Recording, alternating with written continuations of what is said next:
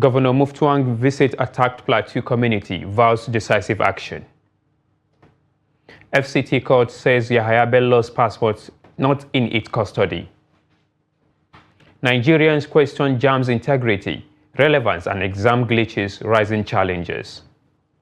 On the foreign scene, 54 people killed in 24 hours of heavy monsoon rain in Pakistan. Hello and welcome to Trust News Update on Trust TV. My name is Idris Baturi.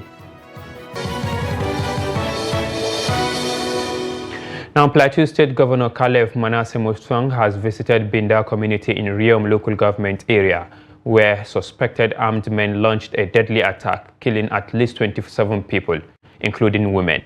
Trust TV report that the assault left many others injured and resulted in the destruction of several homes. Ado Musa completes the reports.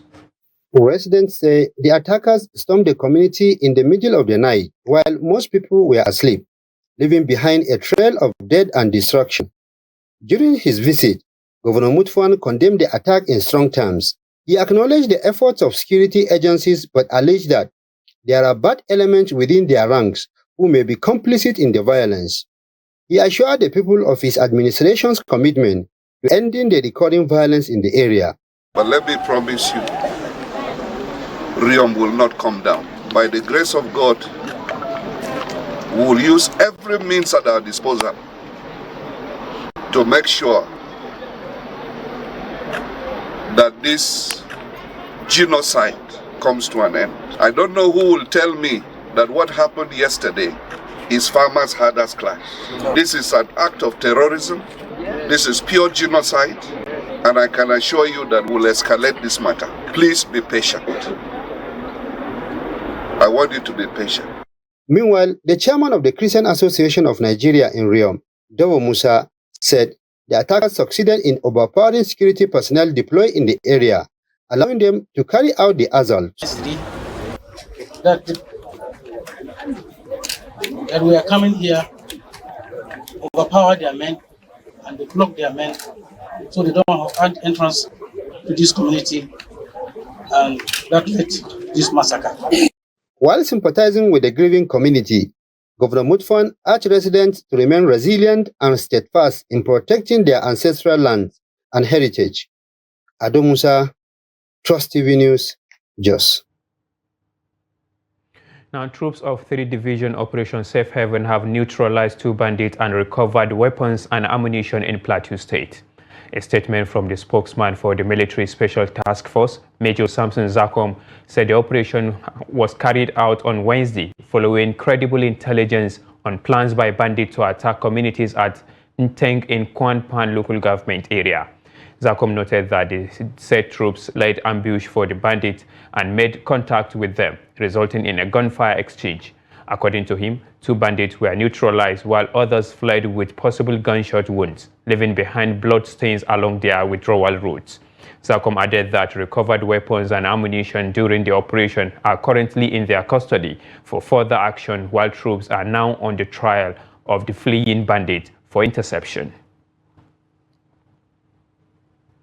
Now, the police command in Sokoto State has announced the arrest of a suspected Lakurawa bandit and recovery of an AK-49 rifle with ammunition following a swift intelligence-led operation.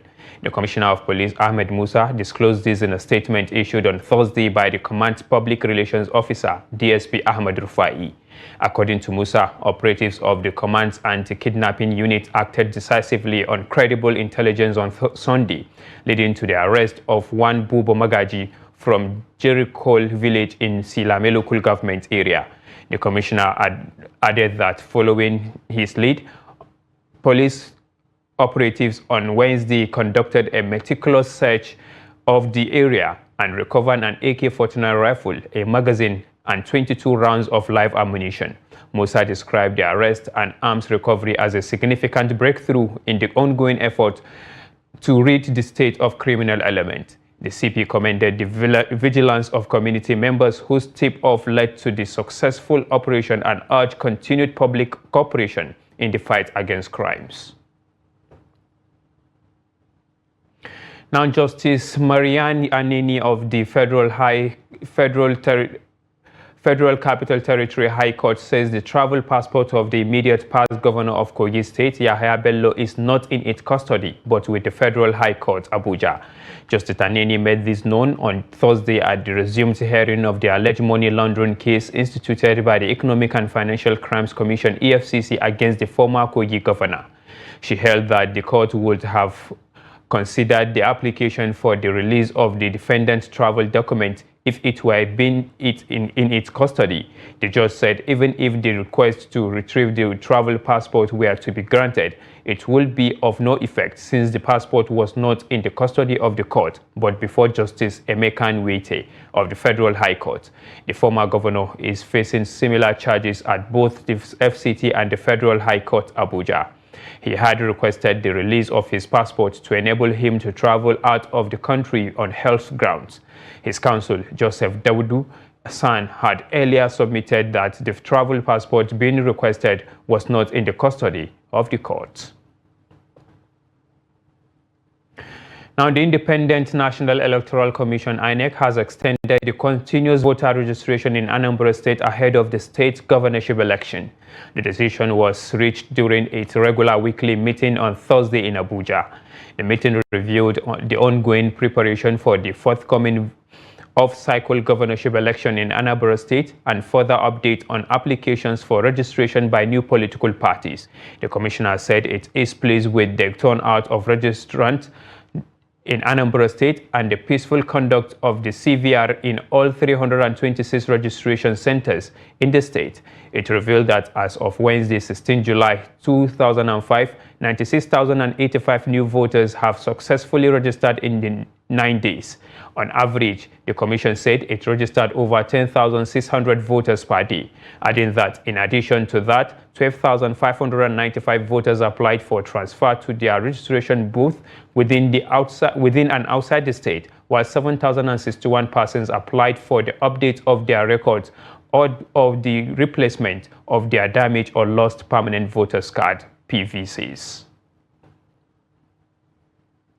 Now, the Nigerian Maritime Administration and Safety Agency, NIMASA, has enforced the International Ship and Port Facility Security ISPS code by shutting down the Shellpox and TMDK facilities, both located in the Ijegun-Egba area of Lagos. The agency took this decisive action due to the facilities' persistent non-compliance with the ISPS code, despite repeated warnings. This move underscores NIMASA's commitment to upholding the global maritime security standards and safeguarding Nigeria's maritime domain. The head public relations at NIMASA, Edward Osagi, explained that the enforcement action follows persistent non-compliance by the facilities with the provisions of the ISPS formal warnings.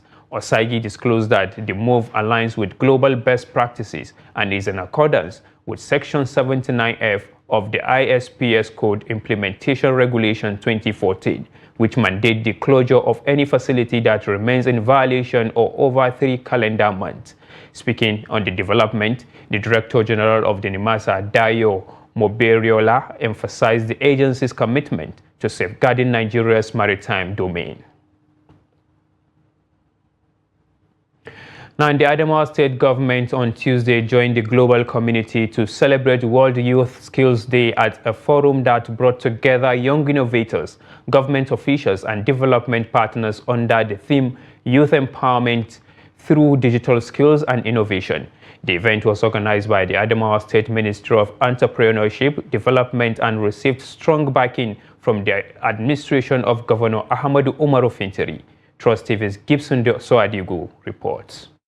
Government officials from both state and federal levels, along with representatives from non-governmental organizations and youth groups, gathered at the Ministry of Entrepreneurship to mark the 2025 edition of World Youth Skills Day. Many young participants showcased their startups and innovations, highlighting the untapped potentials among Adamawa's youth. Delivering the keynote address on behalf of Governor Fintiri, the Commissioner for Entrepreneurship Development, Amanjuba Gatugel, encouraged youth to see skills acquisition as a pathway to self-reliance, gainful employment, and personal growth. He commended the governor for dedicating resources to numerous skills development programs, describing it as a visionary investment in the state's future. The government is doing much, particularly His Excellency Ahmad Omar Fintri in Adamawa State, because he is the one that has been funding this exercise. He has been sponsoring people to go to other states, particularly youths, to go and exchange ideas with others. In a presentation on artificial intelligence and digital literacy, the special advisor to the governor on ICT and e-economy, Dr. Amanjam Adamu, highlighted ongoing efforts to position local businesses for global competitiveness. We have what we call the Adama Export Strategy. It has been published. Go to the download section, download it.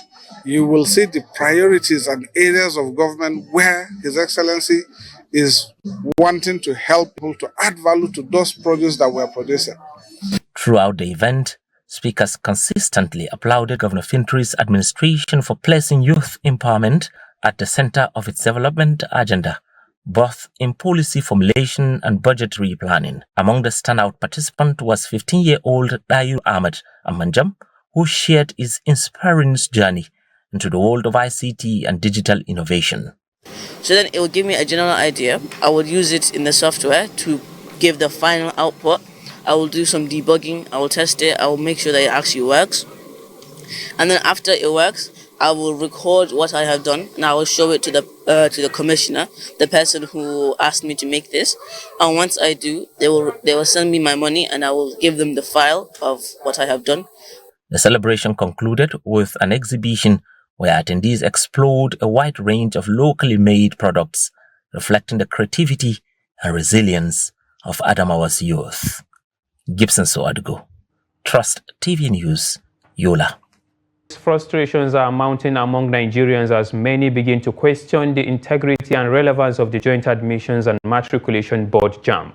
These concerns follow a series of controversies involving the board, including its admission of errors in the 2025 Unified Tertiary Matriculation Examination (UTME) results due to a technical glitches during result processing. Trust TV's correspondent in Benue State captured public reactions from Makurdi, the state capital, where some citizens are insisting that JAMB may have outlived its usefulness. The report. Amid criticisms and backlash, the Joint Admissions and Matriculation Board (JAMB), in collaboration with key stakeholders in tertiary education, has approved the national minimum UTME cutoff scores for the 2024 admission cycle. At this year's annual policy meeting held in Abuja, 150 was adopted as the minimum score for university admissions, 100 for polytechnics and colleges of education, and 140 for colleges of nursing across Nigeria.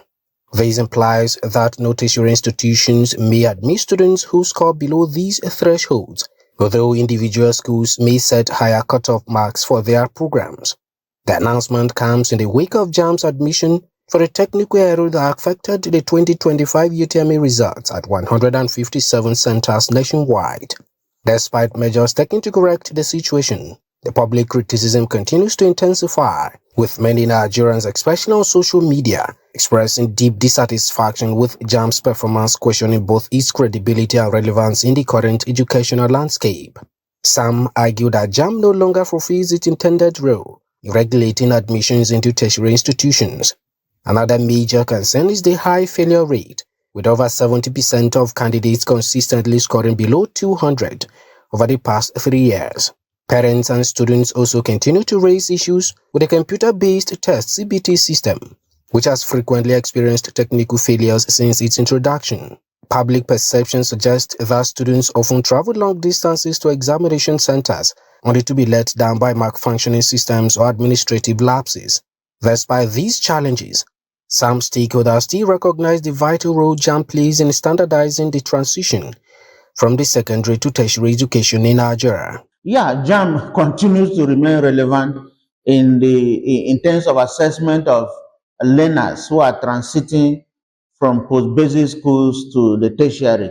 It has brought about standards in admissions across all levels of the tertiary school, and for now that there is no alternative to that transitioning, it still remains relevant, and we cannot say there's another way in Nigeria to do that.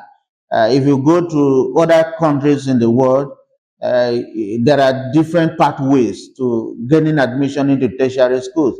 But in Nigeria, that remains the only viable option, except when you have remedial programs around schools.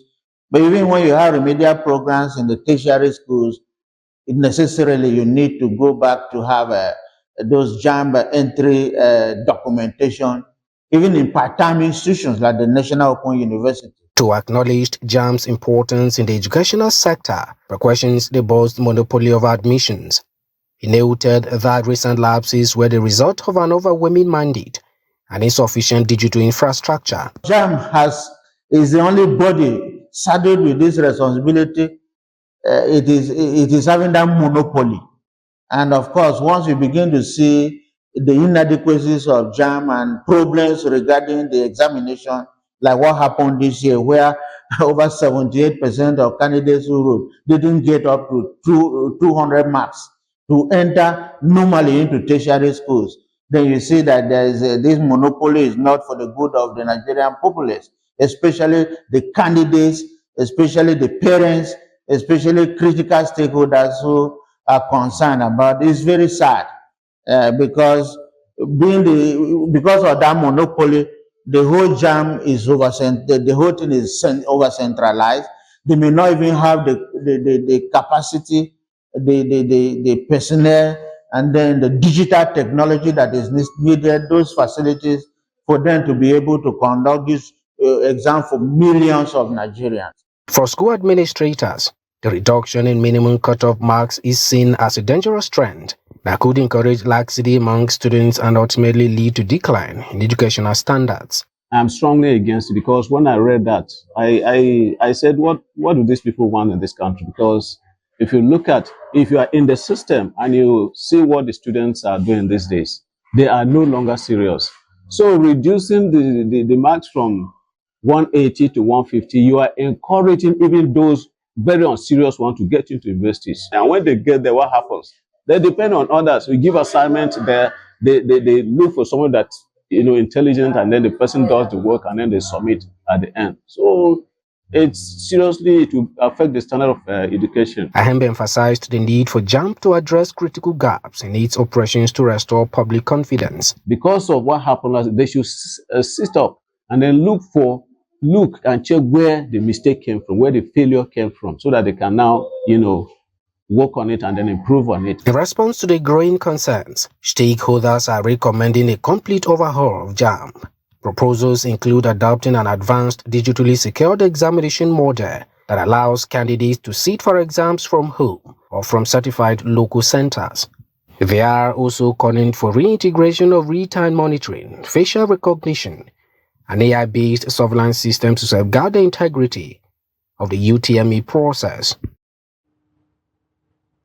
Now, as both public and private schools prepare to wrap up third-term academic activities, a recurring debate has once again emerged whether or not to enroll children in summer holiday classes.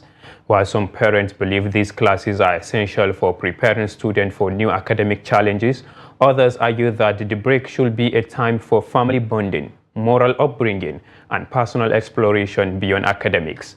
Jonathan Anwaye, who visited Asaba, the Delta State capital, spoke with some parents on the matter, reports that it was a mixed bag of responses from the parents.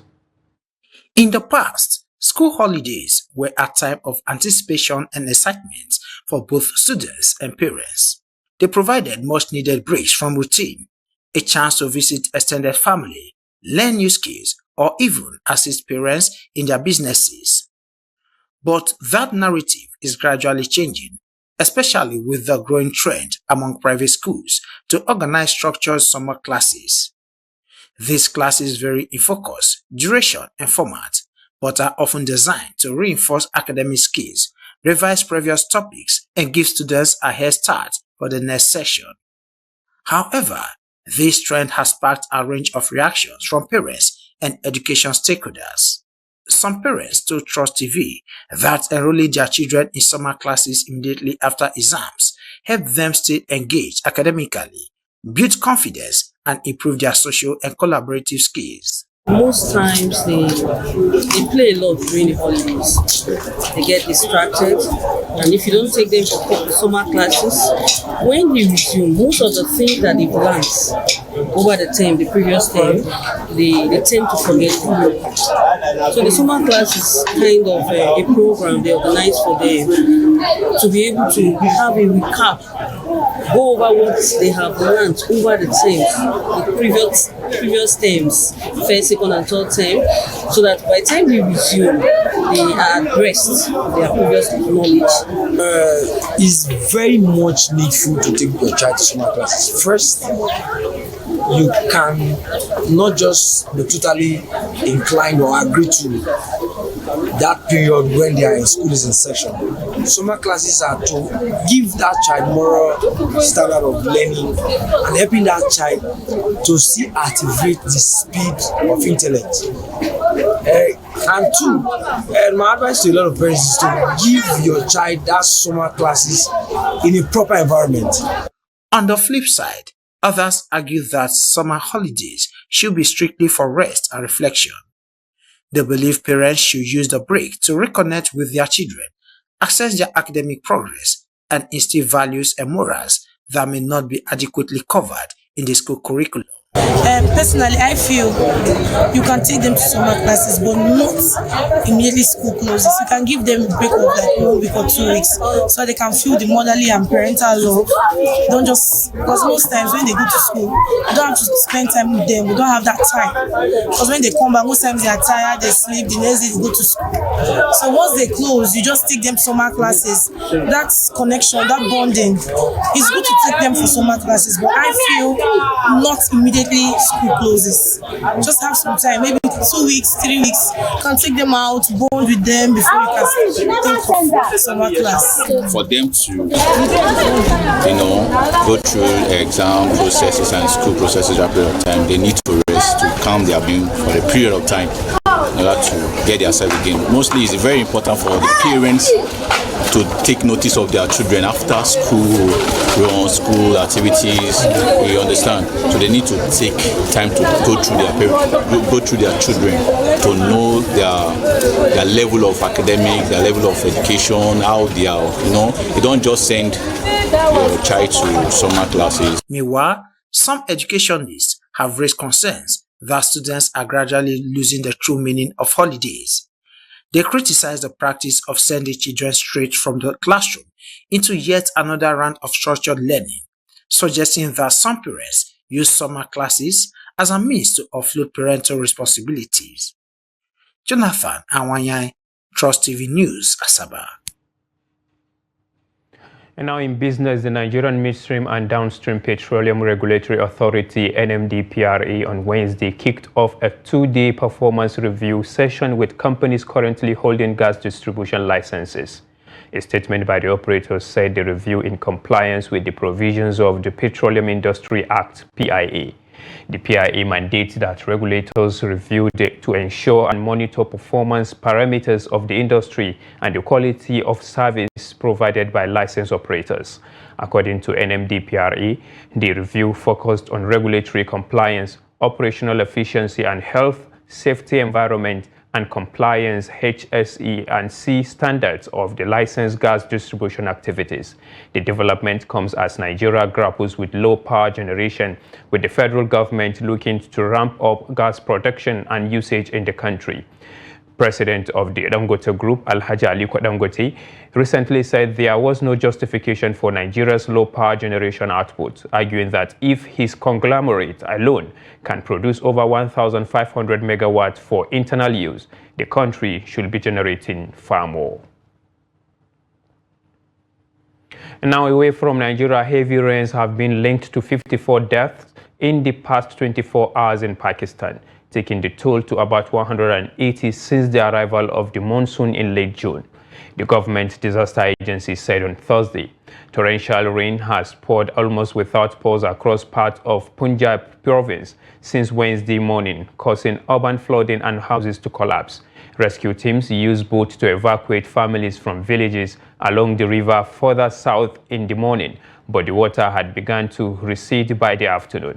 Residents living in low-lying areas near the Nulla Lai River that runs through Rawalpindi city, neighboring the capital Islamabad, were ordered to evacuate after a sharp rise in the water level. The Rawalpindi government declared a public holiday on Thursday to keep people at home with the nation. And with that, we have come to the end of the news on Trust TV. Do not forget to follow us across all our media platforms and also watch us live on YouTube for more news programs and documentaries. My name is Idris Dayabature, thanking you for being with us. Good evening.